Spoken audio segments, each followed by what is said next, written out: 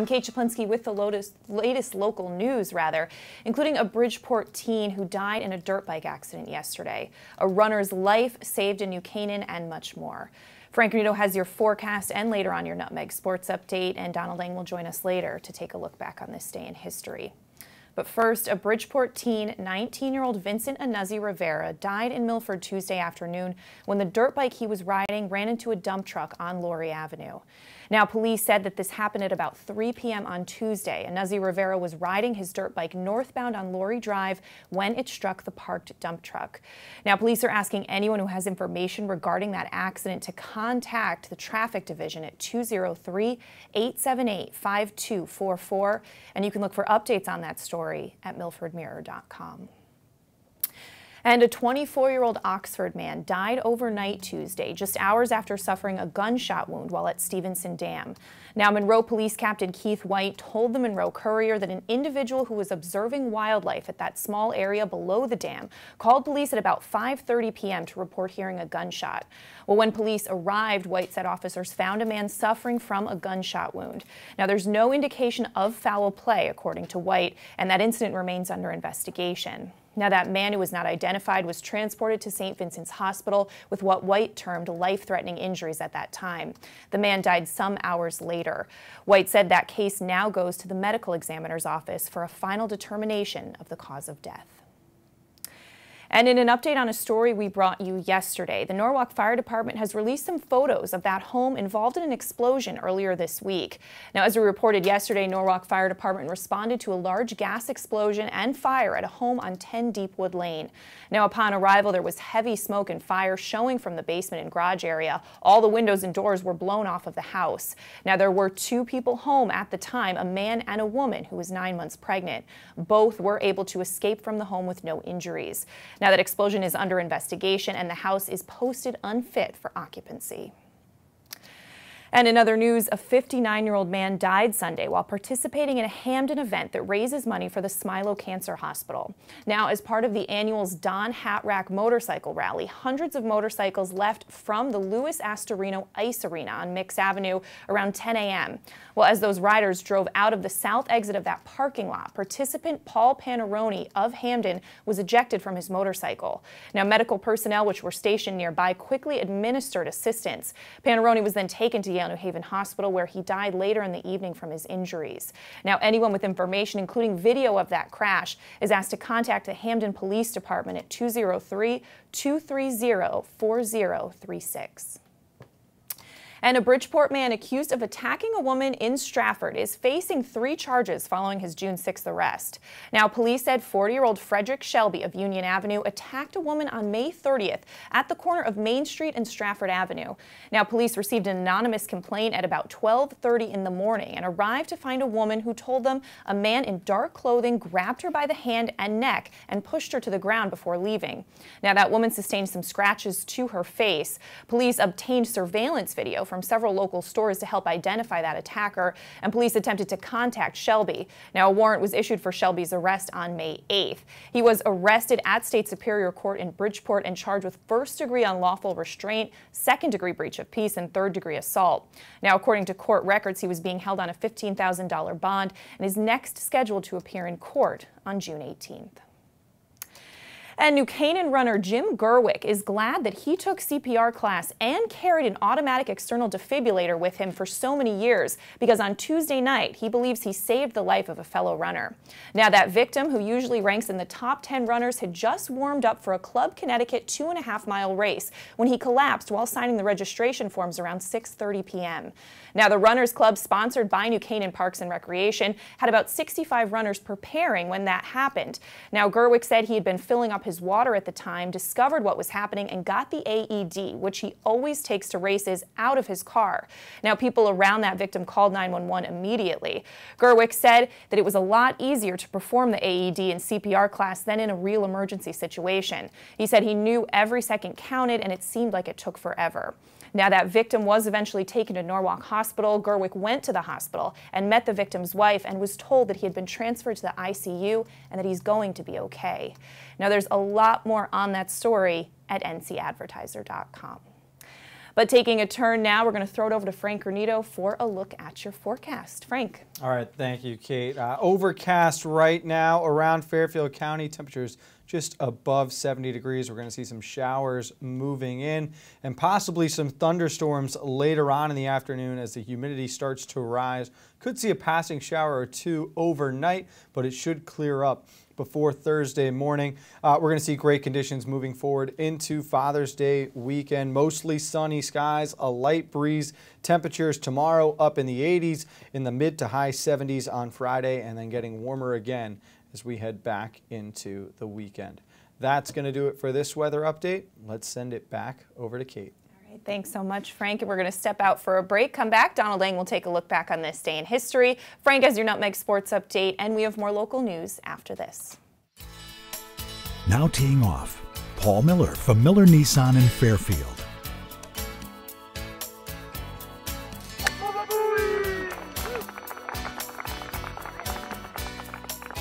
Excuse me, Mr. Miller. What about my new Sentra? Right now, lease a 2018 Rogue S for only $169 a month. He is never going to retire. At Galt, we always put you first. As your full-service home heating partner, we provide expert delivery, installation, and maintenance for all your heating needs with knowledgeable, friendly professionals that give you peace of mind 24/7. Galt Family Companies, you first since 1863. At Rings End, we say it's time to re-love your home. Time to refresh and reinvigorate the way you live. And whether you're redoing something big or small, remember the letters RE stand for Rings End. We're the new model in home remodeling. A Better View Window Cleaning Plus has been cleaning glass all over Connecticut for over 20 years. They also specialize in cleaning chandeliers, mirrors, skylights, tiles, and will power wash anything that needs cleaning. They hold an A+ rating with the Better Business Bureau and are fully insured and bonded. When you deal with a Better View, you're dealing with the best, not the rest. Call today for a free estimate, 203-284-8836, or visit them online, abetterviewcleaning.com. A Better View. Welcome back to this June 13th edition of your Coffee Break on the HAN Network. And before we get back to your local news, it's time to throw it over to Donald Lang to get a look back on this day in history. Don. Well, Kate, before he was a police movie trope, he was an actual person. We'll talk about him in a second. First, we're going to go to 1920. The U.S. Post Office rules that children may not be sent via the mail. Now, this practice was never common, but starting in 1913, a few parents in rural parts of the country did actually use postal carriers to send their children on visits to relatives, usually just a few miles, but in one situation, a child did ride 70 miles with a mailman. It was cheaper than buying a train ticket. Now we go, staying in the Midwest, we go to 1922. Iowa farmer Charles Osborne falls and is briefly knocked unconscious while preparing a hog for slaughter. When he woke up, he had the hiccups, and they would continue, as many as 40 a minute for the next 68 years.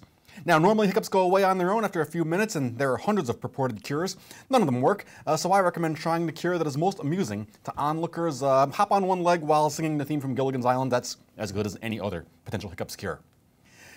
1967, Lyndon Johnson appoints Court of Appeals Judge Thurgood Marshall to fill the seat of retiring Supreme Court Justice Tom C. Clark. The Senate would confirm Marshall's nomination by a vote of 69-11. The great-grandson of slaves, Marshall would be a Supreme Court leading voice against discrimination until his retirement in 1991. Clarence Thomas now holds the seat that Marshall had. Finally, now we go to 1966 in Arizona for this. By a narrow margin of 5-4, the Supreme Court has decided in favor of Miranda. Chief Justice Earl Warren expressed the majority opinion. Quote, "When an individual is taken into custody or otherwise deprived of his freedom by the authorities in any significant way and is subjected to questioning, the privilege against self-incrimination is jeopardized." End quote. 1966, the Supreme Court hands down the decision in Miranda versus Arizona, establishing the principle that all criminal suspects must be advised of their rights before interrogation. Now, Miranda had a lengthy criminal record. He was arrested in connection with a sexual assault. He was after his conviction was thrown out, he was retried without his coerced confession and convicted again. That is your look back in history for today, June 13th, and I'm Don Lang. All right, thanks so much, Don. Well, in other local news, the campaign of Republican gubernatorial candidate and mayor of the city of Shelton, Mark Loretti, issued a statement regarding that petition drive to get on the August primary ballot. Now, that statement reads in part, after a lengthy review of nearly all of the collected petition signatures, the Loretti campaign has come to the conclusion that it will fall short of the over 9,000 valid signatures needed to be included on that August primary ballot.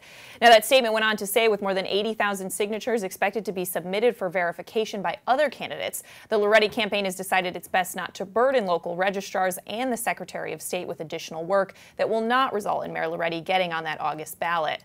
Now, Mayor Loretti also went on to thank all of the people across the state, he said, who worked tirelessly over the past few weeks to get him on the ballot. He said, as well as the thousands of people who signed his petitions and believed that he could transform the state of Connecticut as he has the city of Shelton. Now, Mayor Mark Loretti did not attend the first Republican primary debate that was held on Monday night. And a lawsuit has been filed against the Weston Conservation Commission by 7 individuals appealing the commission's approval of the town of Weston's application to construct a public dog park on over 36 acres of town-owned land. Now, on May 3rd, the Conservation Commission approved the town's application to construct that 3.5-acre dog park, 22-vehicle parking lot, and an 80-foot turnaround on that 36-acre tract of undeveloped land bordered by Lord's Highway East and Davis Hill Road, known as the Moore property. It's also owned by the town of Weston.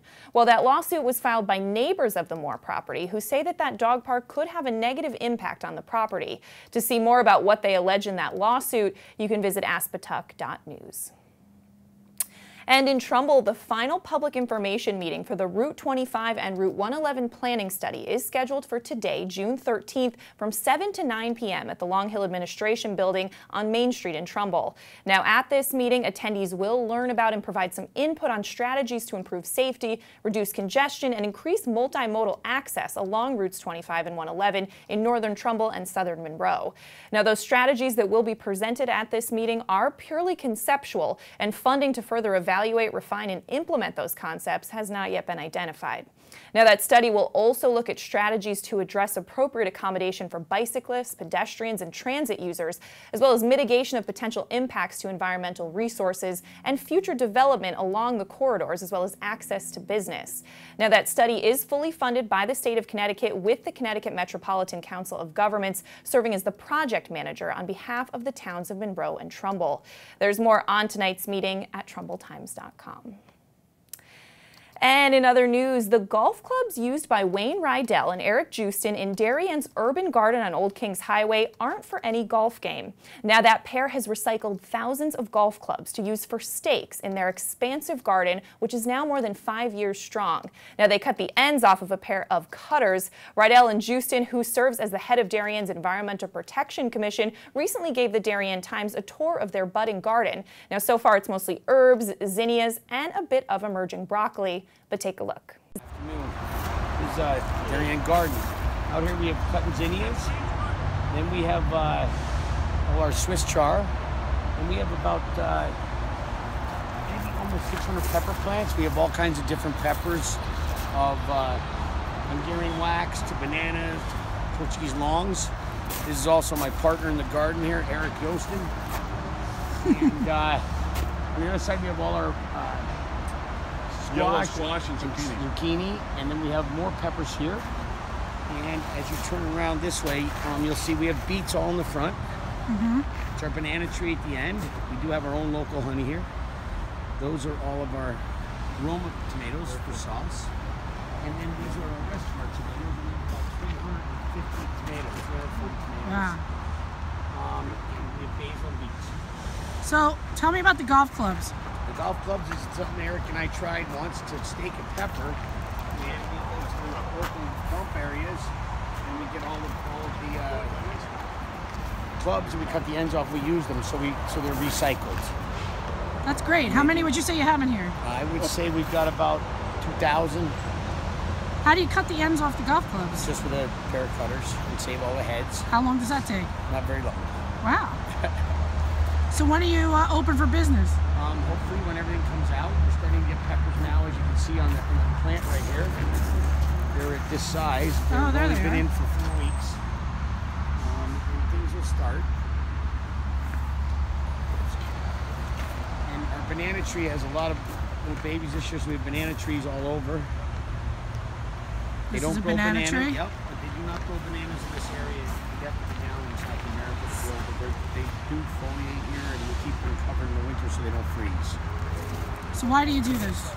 We just love it. We enjoy our hobby here, and Eric and I enjoy it. And people in town that can't grow tomatoes and stuff, they're more than welcome to come down. And we grow all different kinds here and different vegetables. You get a fresh here every day. And there is more on that story right now at Darien-Times.com. Well, in Ridgefield, O'Neill Court resident Tom Gordon submitted several pictures of a bobcat on his property over the weekend. Now, Todd's wife, Kathy, spotted that nicely groomed cat resting comfortably on the back lawn under some brushes, keeping an eye on the property and undeterred by Kathy's interest in photographing. Now, Todd noted that the animal remained unmoved and unaffected even when he joined his wife in watching on their back porch. For more photos, you can check theridgefieldpress.com.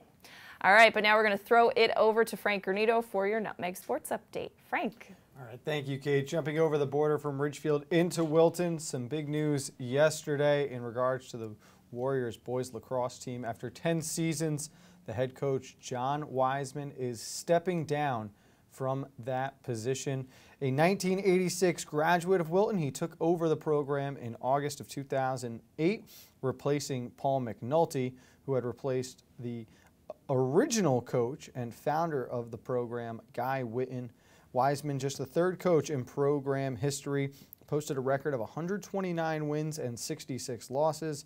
He also led Wilton to 2 Class M state titles in 2011 and 2013, and they were also the runner-up in a different year. They reached the state quarterfinals this year, the FCX semifinals the past 2 years. Coach Wiseman said it meant everything to him.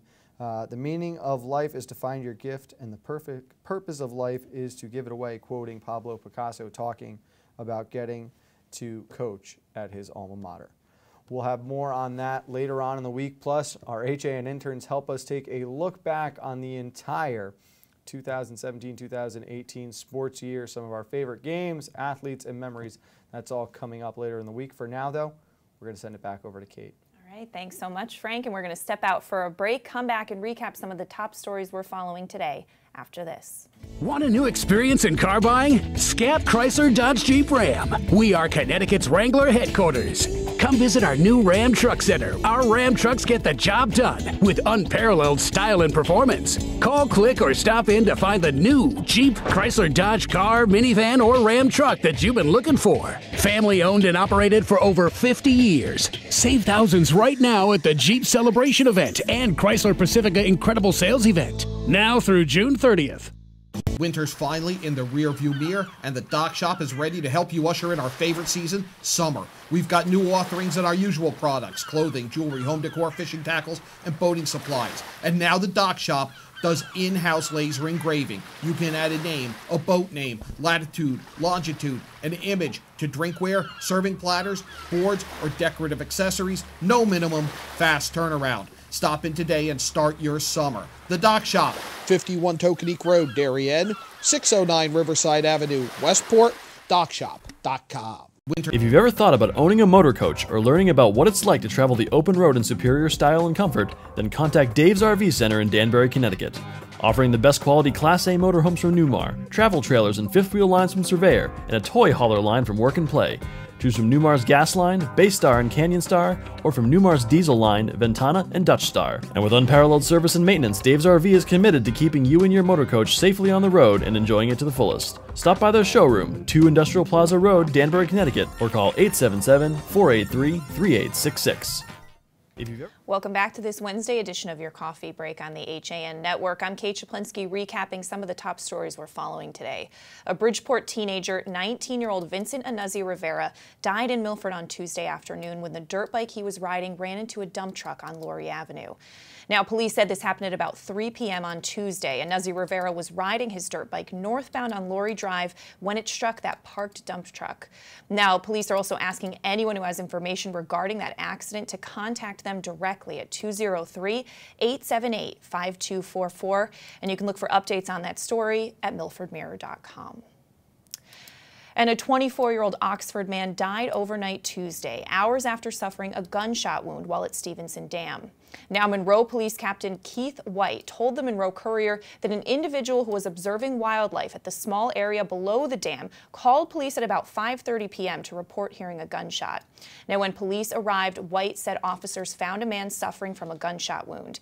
Now, there's no indication of foul play, police said, and that incident remains under investigation.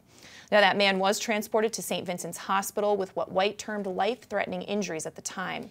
That man died some hours later. White said the case now goes to the medical examiner's office for a final determination of the cause of death. And in an update on a story we brought you yesterday, Norwalk Fire Department has released some photos of that home involved in an explosion earlier this week. Now, as we reported yesterday, Norwalk Fire Department responded to that large gas explosion and fire at that home at 10 Deepwood Lane. Now, upon arrival, there was heavy smoke and fire showing from the basement and garage area, and all the windows and doors were blown off of the house. Now, there were 2 occupants home at the time, a man and a woman who was 9 months pregnant.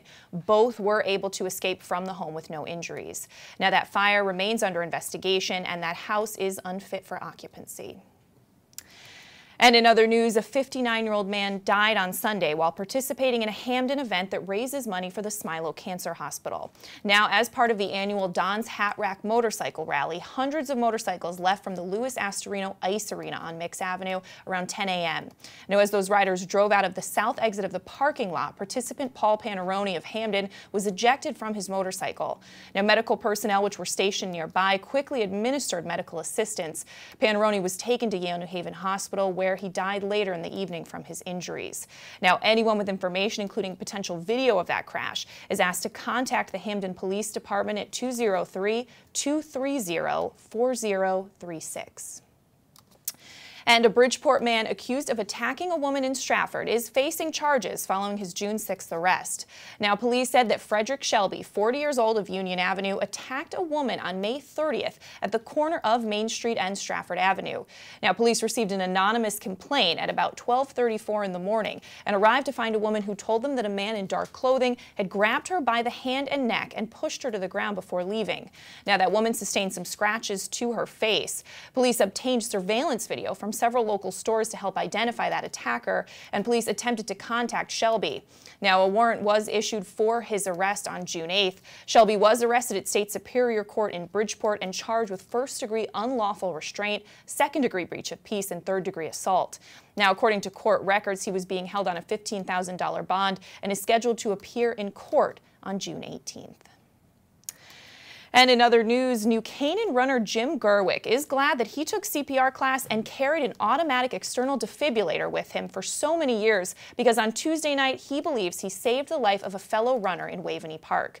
Now, that victim, who usually ranks in the top 10 of runners, had just warmed up for a Club Connecticut 2.5-mile race when he collapsed while signing the registration forms around 6:30 p.m.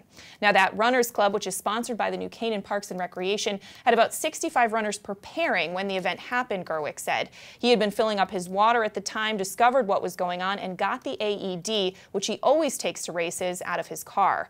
Now, people around the victim also called 911 immediately. Now, Gerwick said it's a lot easier to perform the AED in CPR classes than in real emergency situations. He said he knew that every second counted, and it seemed like it took forever. Well, that victim was eventually taken to Norwalk Hospital, and Gerwick went to the hospital and met that victim's wife and was told that he had been transferred to the ICU and that he's going to be okay. Now, there's a lot more on that story at ncadvertiser.com. But let's get one final look at your forecast now with Frank Granito. Frank. Again, Kate, we are going to see some showers moving through Fairfield County in the next couple of hours, possibly a couple thunderstorms as well before this evening. Overcast through the first half of tonight, maybe 1 or 2 more showers, and it should start to clear out before Thursday morning. A high around 72 today and a low of 60 degrees overnight. Tomorrow, warmer out, temperatures up near 80 degrees, mostly sunny skies and a light breeze as well. We'll see a lot of the same on Friday, just a little bit cooler as it won't be as humid. And heading into the weekend, plenty more sunshine, temperatures back up in the low 80s as we hit Father's Day on Sunday. That's going to do it for this weather update. We're going to send it back over to Kate. All right, thanks so much, Frank. And we're going to wrap things up here on your coffee break, but we will see you tomorrow at 11 with the latest local news and more.